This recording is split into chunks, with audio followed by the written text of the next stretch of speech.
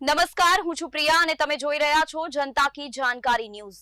નજર કરીએ આજના સમાચાર ઉપર। અમદાવાદ જિલ્લાના ધંધુકા શહેરમાં આસ્થા ફાઉન્ડેશન સંચાલિત શ્રી ધંધુકા યુવા blood donate group, Dhandhuka Chavda પરિવાર અને ઝાડિયા ગામના સંયુક્ત ઉપક્રમ હેઠળ તુલસી વિવાહ મહોત્સવનું ભવ્ય આયોજન કરવામાં આવ્યું હતું।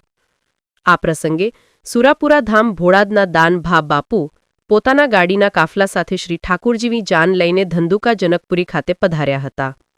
ધંધુકા ફેદરા હાઈવે પર સ્થિત રામદેવ હોટલની સામે મહોત્સવનું સ્થાનક દિવ્ય સજાવટથી ઝગમગતું બની ગયું હતું, જ્યાં તુલસી માતાના વિવાહની વિધિ પરંપરાગત રીતે ઉજવાયા હતા।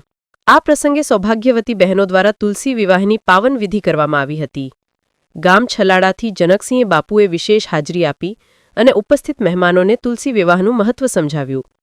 ધંધુકા તથા આસપાસના વિસ્તારના ભક્તજનો, વડીલો, બહેનો અને ભાઈઓ મોટી સંખ્યામાં હાજર રહી આ પાવન પ્રસંગનો આનંદ માણ્યો હતો।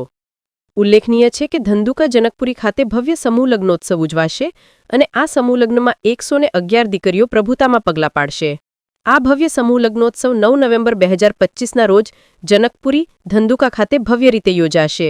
સુરેન્દ્રનગર રિપોર્ટર મહેશભાઈ ઉતેરિયા।